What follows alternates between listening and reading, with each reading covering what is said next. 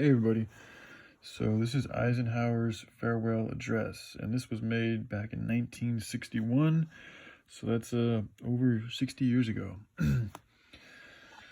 Okay, so Eisenhower's farewell address, sometimes referred to as Eisenhower's farewell address to the nation, was the first public speech of Dwight D. Eisenhower as the 34th President of the United States, delivered in a television broadcast on January 17, 1961. Perhaps best known for advocating that the nation guard against the political influence of the military-industrial complex, a term he is credited with coining. The speech also expressed concerns about planning for the future and the dangers of massive spending, especially deficit spending, the prospect of the domination of science through federal funding, and conversely, the domination of science-based public policy by what he called a scientific technological elite. This speech and Eisenhower's Chance for Peace speech have been called the bookends of his administration. Background. Eisenhower served as president for 2 full terms from January 1953 to January 1961, and was the first U.S. president to be term limited from seeking a re-election again. He had overseen a period of considerable economic expansion, even as the Cold War deepened. 3 of his national budgets had been balanced, but spending pressures mounted. The recent presidential election had resulted in the election of John F. Kennedy, and the oldest American president in a century was about to hand the reins of power to the youngest elected president. The speech.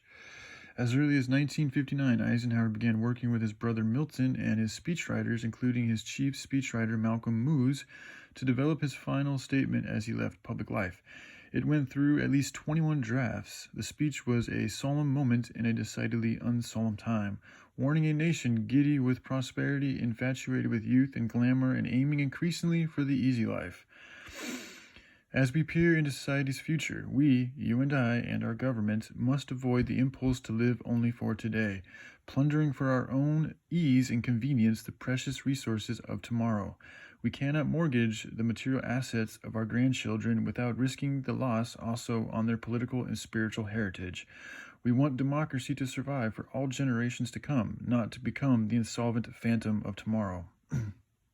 Despite his military background and being the only general to be elected president in the 20th century, he warned the nation with regard to the corrupting influence of what he describes as the military-industrial complex. Until the latest of our world conflicts, the United States had no armaments industry. American makers of plowshares could, with time and as required, make swords as well. But as we can no longer risk emergency improvisation of national defense, we have been compelled to create a permanent armaments industry of vast proportions. Added to this, 3.5 million men and women are directly engaged in the defense establishment. We annually spend on military security alone more than the net income of all United States corporations. Now, this conjunction of an immense military establishment and a large arms industry is new in the American experience. The total influence, economic, political, even spiritual, is felt in every city, even state house, every office of the federal government. We recognize the imperative need for this development, yet we must not fail to comprehend its grave implications. Our toll, resources, and our livelihood are all involved, so it is the very structure of our society. In the councils of government, we must guard against the acquisition of unwarranted influence, whether sought or unsought, by the military-industrial complex. The potential for disastrous rise of misplaced power exists and will persist. We must never let the weight of this combination endanger our liberties or democratic processes. We should take nothing for granted. Only an alert and knowledgeable citizenry can compel the proper meshing of the huge industrial and military machinery of defense with our peaceful methods and goals, so that security and liberty may prosper together. Scientific technological elite. He also expressed his concomitant, I'm not sure what that word is, concern for corruption of the scientific process as part of the centralization of funding in the federal government and vice versa. Akin to and largely responsible for the sweeping changes in our industrial military posture has been the technological revolution during recent decades. In this revolution, research has become central. It has also become more formalized, complex, and costly. A steadily increasing share is conducted for, by, or at the direction of the federal government. The prospect of domination of the nation's scholars by federal employment, projection, allocation, and the power of money is ever present and is gravely to be regarded. Yet in holding scientific discovery in respect as we should, we must also be alert to the equal and of opposite danger that public policy could itself become the captive of a scientific technological elite. So a little on his legacy.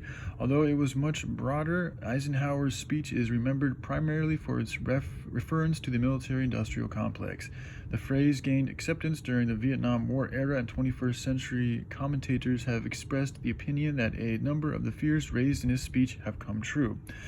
The speech has been adapted as an oratory for orchestra and orator. The speech was depicted in the opening of the 1991 film JFK.